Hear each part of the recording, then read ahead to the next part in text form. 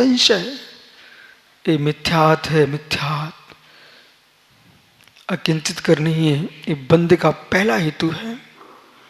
बंध का पहला हेतु कौन? मिथ्यात। आवृत्ति 5 पापम प्रवृत्ति, ये बंध का दूसरा हेतु है। इससे कर्म का बंध होता है।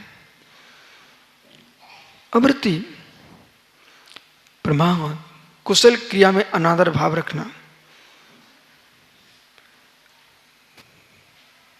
दया भाव, वात्सल्य, यहां आना चाहिए आत्मबुद्धि। आपको अपनी आत्मा कल्याण का विचार है तो अन्य को समझाने की आवश्यकता नहीं कि आप निर्गंत सागर ऐसा करो। स्वयं में ही जागृति नहीं है तो कैसे कल्याण हो सकता है? प्रमाण, धर्म को धर्म मानिए। बड़ो बेटा प्रमाद, जहां होगा व्यक्ति वहां सोता रहेगा, व्यर्थ की बातें करता रहेगा, परंतु जागृत नहीं हो पाएगा। एक पल भी जीव को यदि तत्व ज्ञान हो जाए, बालक चिरगांव, एक क्षण कोई तत्व ज्ञान हो जाए, व्यक्ति असंयम में जीना पसंद नहीं करेगा। वो संयमी बनकर के प्रमाद नहीं करेगा। बोले अभाग्य, अभाग्य, कितने भवों में हम भटके संसार में, ये तत्व ज्ञान प्राप्त नहीं कर सका। आज अभाग्य मुझे कि तत्व रुचि प्रकट हुई है। आज भी बज्जू कुमार जी, इतने साहित्य ग्रंथ हमारे पास है, पूरा जीवन तुम्हारा निकल जाए आहा आगम ज्ञान के साथ। एक एक तत्व समझो आज्ञा सम्यक के साथ, आज्ञा सम्यक के साथ। पहले जो भी अध्ययन करो आज्ञा सम्यक के साथ, अपनी बुद्धि लगाने का नहीं, आज्ञा सम्यक के साथ। और अपनी बुद्धि लगाई, ऐसा क्यों, ऐसा क्यों, तुम जिनवानी समझ नहीं सकते। पहले आज्ञा सम्यक के साथ पढ़िए, इसके बाद तुम्हारे क्यों का उत्तर स्वयं मिलेगा। अच्छा, आज्ञा सम्यक के साथ हमारे अंदर जिज्ञासा होना चाहिए। गुरुजनों से संकट मांग करना चाहिए अपन को, लेकिन कभी ये नहीं सोचना ऐसा हो सकता क्या। जैसे जैसे हमारा ज्ञान बढ़ता जाता है तो अपन को समझ में आता चला जाता है। प्रमाण कषाय, जो आत्मा को कसे सो कषाय, पल पल की कषाय से अपनी आत्मरक्षा करो। अनंतावधि, प्रतीक्षान, अप्रतीक्षान, संजुलन, ये 4 कषाय हैं। योग मन वचन काय के परस्पंदन से, आत्म नियोग से आत्म परस्पंदन है, ये योग है। बंधित्वा, ये 5 प्रत्यय बंध के कारण है। अब बंध क्या है? सकसात्वा जीवा कर्मणो योग्यान पुनरानत्ते सबंधा।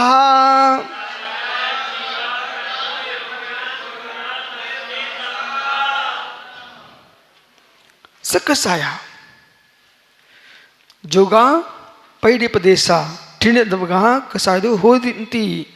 योग से प्रगति प्रदेश बंद होता है और कसाय से स्थिति अनुभाग बंद होता है। सकसत्वा जीवा, जैसे जीव ने कसाय भाव किए, कर्मणो योग्यान, कर्म के योग्य जो पुद्गलों का आना होता है, आत्मदेशों में चिपक जाना, सबंधा, बंध है। जैसे स्निग्धता हुई तो धूल चिपकती है, चिपकती है। राग आदि भाव हुए कि बंध हुआ। मालूम, साधना तो सर बहुत सरल है प्रोफेसर साहब, साधना बहुत सरल है, लोगों को मालूम ही नहीं है। कुछ नहीं बनता आपसे, कुछ नहीं बनता, कुछ नहीं, शांत बैठे रहो। हिंसा, झूठ, चोरी, कुशील परिग्रह से अपने आप को दूर बना लो, बैठे रहो शांत। आश्रय होगा भी पुण्य आश्रय होगा, पाप से जीव बचेगा। और शांत रहने के लिए ही साधना है। अभी तो अमित जगत भूल में है, बहुत भूल में है,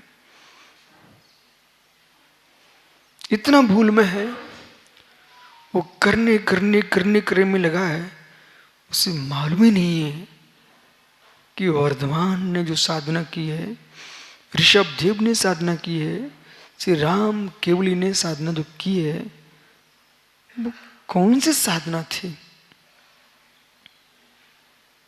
सबसे भिन्न जीना।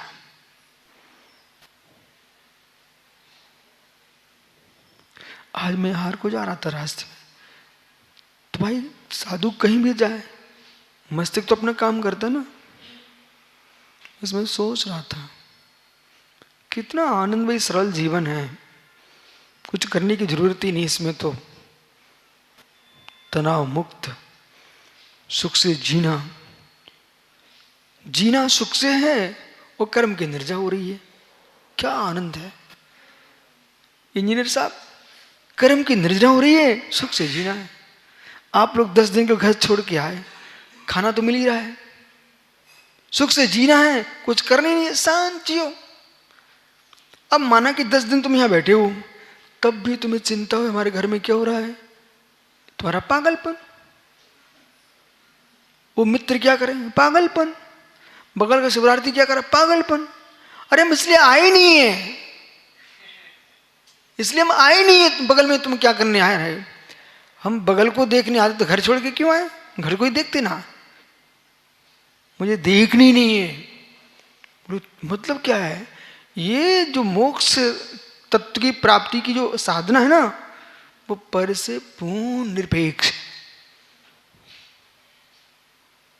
अरे उनको देख के मेरे भाव खराब होते, तुम खराब होना इसलिए भाव खराब होते,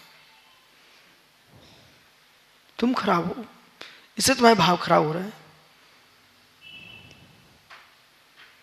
ऐसा जीवन जियो, ऐसा जीवन जियो कि मित्र सांप चिपके हैं चंदन के वृक्ष में, फिर भी चंदन जहर को स्वीकार नहीं कर रहा है।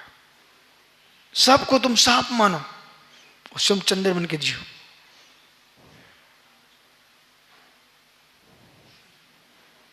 सबको सांप स्वीकार, सब सांप है, सब सांप है, मैं चंदन हूं। ऐसा सभी लोग सोचो। जैसे चंदन में के वृक्ष में सर्प का जहर कुछ नहीं कर पा रहा है, मेरी आत्मा के प्रदेशों में कर्म कुछ नहीं कर पाएंगे, प्रभाव नो कर्म कुछ नहीं कर पाएंगे, जगत के लोग कुछ नहीं कर पाएंगे। हम बुद्धि पूर्वक राग करते, स्वीकार करते, इसलिए परेशान हो।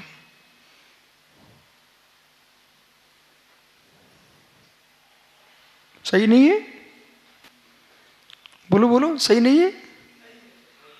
सही है ना? फिर ठीक, सही है तो ठीक, छोड़ो सबको। आनंद का जीवन जीना है, अध्यात्म तत्व को समझना है, तो यही सत्य है। शांति से बैठो, बैठो आनंद से, बगल में कौन क्या कर, हमें क्या लेने देना। निजी आनंद, निजी आनंद। यदि कर्म से बचना है तो जगत से दूर रहिए आप। ये छू छू नहीं करना, ये पागलपन है।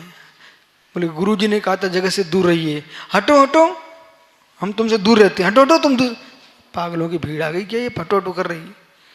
अरे जब दूर हो ही हो तो हटो हटो क्यों कर रहे तुम। व्यवहार से सबके साथ जीना है आपको, जैसे जीना पड़ता है, पर अंतरंग में सबसे दूरी बना के रखना।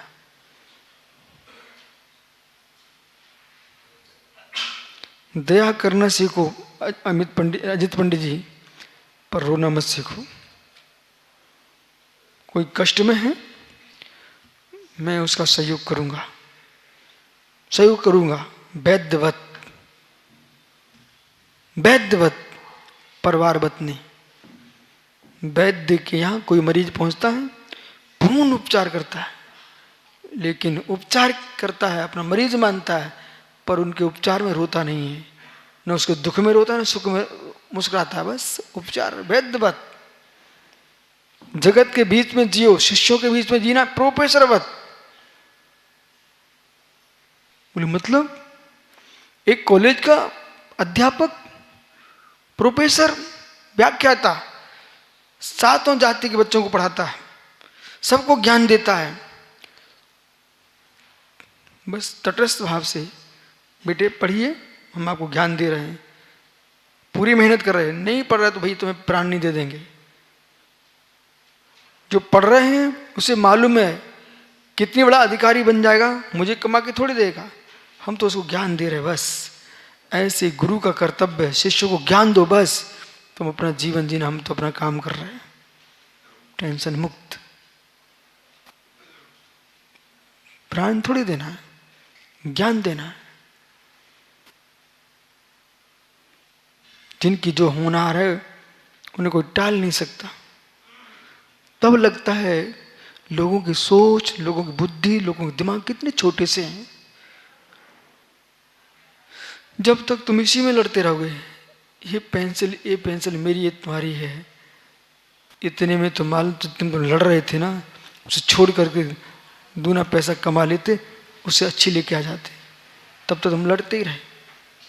और गांव देहातों में क्या होता है, एक घर में हिस्सा बांट हुआ, छोटी चम्मच के पीछे लड़ पड़े और ऐसे लड़े कि खून खराब हो गया। पागलों की भीड़, इतना दिमाग नहीं तुम्हारे पास जितना लड़ने में समय निकाल रहे हो। छोड़ो उस चम्मच को, दूसरे कमाई करो, तुम उससे अच्छे लेके आ जाओ। कितने लोग नांदनी के बाहर चले गए, वही राजा बन के बैठे हैं। बोलो गए कि नहीं संजय? नांदनी के लोग कितने बाहर चले गए। ठीक है भाई, विषमवाद नहीं करना हमको,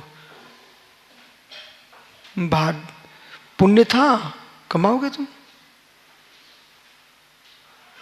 राम ने नहीं कहा मुझे दो राज्य, ठीक है, कैकेयी मांग रही, ठीक है, भरत को राजा बना, हम जा रहे हैं। आज भी कहाँ अयोध्या उत्तर भारत में और दक्षिण भारत में आकर के ये पूरे दंडकारण्य क्षेत्र में रहे हो, ये भोसे गांव, ये सब क्या है, दंडकारण्य है। चले आए राज्य छोड़ करके, उनका क्या बिगड़ा। अयोध्या में मात्र रहते तो वहीं के राजा कहलाते, बाहर घूमे तो पूरे विश्व के राजा बन गए। रह समझिए। अरे अप्पा साहब, एक पुष्प की पौड़ी समझते हैं? पौड़ी जो फूल आता ना, फूल वो पहले बंद रहता है, बौड़ी में ना बंद रहता है। तो अब आप समझ जाना मराठी में क्या कहते हैं उसको। हिंदी में बौड़ी बोलते हैं, मतलब अंदर बंद है। जब खिलेगा नहीं तब तक सुगंध का पता ही नहीं चलता, अंदर पूरी सुगंध भरी हुई है। जब खिलता है ना, ये रात रानी है, ये चंपा चमेली है, ये मालती है, ये जूही है, सारे पुष्पों की गंध का पता चल जाता है। कब खिलते, ऐसे जब तुम खिलते ना, बाहर जाते हो, तब पता चलता विश्व को ये कौन वस्तु क्या है। तुम बोड़ी बने बैठे हो चुप के घर में। ऐसे जो लोग पंथों की बोड़ी में चिपके ना, वे अंदर ही सड़ के मर जाएंगे। जो पंथों की बोड़ी में बैठे ना, वे अंदर ही सड़ के बेचारे समाप्त हो जाएंगे। अरे तुम बोड़ी खोलो, खिलो और विश्व को देखो, एक क्षेत्र को, एक प्रांत को मात्र नहीं, पूरे भारत के बन के रहो, पूरे विश्व के बन के रहो। ऐसे तत्व की प्रूपणा करो। ये 8वां अध्याय है। बंध के हेतुओं से बचो। प्रकृति स्थिति अनुभाग प्रदेश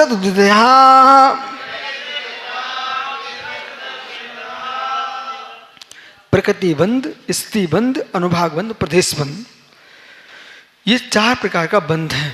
और प्रकृति यानी स्वभाव, जिस कर्म की जो प्रकृति है उसका स्वभाव है।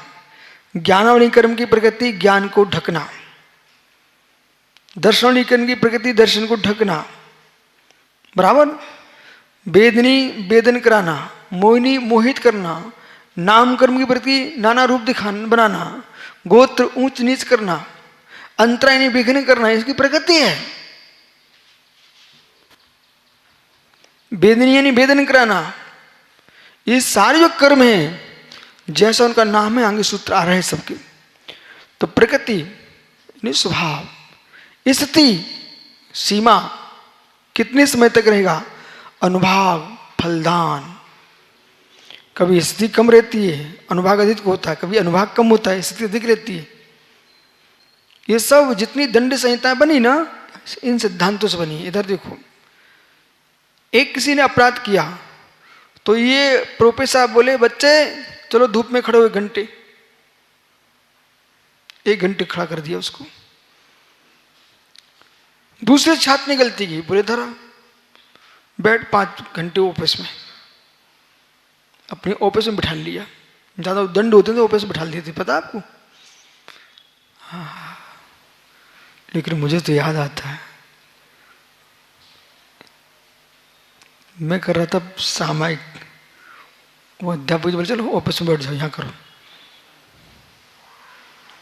अरे अब पेपर का समय चल रहा है, अभी कॉपी आने में समय लगना है, तो बच्चों से बात करने की क्या आवश्यकता। हम तो पंडित जी अपनी सामायिक कर लेते थे। जब तक कॉपी आ रही है, दूसरे की आंख उठा के देखना नहीं, हमको सामायिक कर लो। कर्म से बचना है तो ये करना ही पड़ेगा आपको। विश्वास न हो तो आप वो सर से पूछ सकते हो, आए थे आपने देखा उनको, इनने सुब्रत साह ने सम्मान कराया था उनका। आइए, तो प्रश्न है ना, और उसको 4-5 घंटे ऑफिस में बिठा लिया, और एक को 1 घंटे धूप में खड़ा किया। किसको समय ज्यादा लगा? 5 घंटे वाले को। लेकिन ऑफिस में बैठा छाया में, स्थिति अधिक है उसकी, दंड दिया गया, स्थिति अधिक है, पर अनुभाग कम है, धूप में नहीं है। उसको 1 घंटे खड़ा किया गया है, स्थिति कम है, लेकिन फल अधिक है, धूप में खड़ा है। 9वें अध्याय में अपन चर्चा करेंगे प्रायश्चित की विधान। तो ये स्थिति, अनुभाग, फलदान। प्रदेश, कितने प्रदेशों में जीव के बंद कर रहा है, यत्ता का बोध होता है, इस प्रकार से समझना चाहिए। आद्य यानी पहला, तो प्रकृति बंध है, वो पहला बंध कौन सा है? प्रकृति बंध। उसके भेद बता रहे हैं, ज्ञानवर्णी, दर्शनावर्णी, वेदनी, मोहिनी, आयु, नाम, गोत्र, अंतराय, ये इनके प्रकृति बंध के भेद हैं।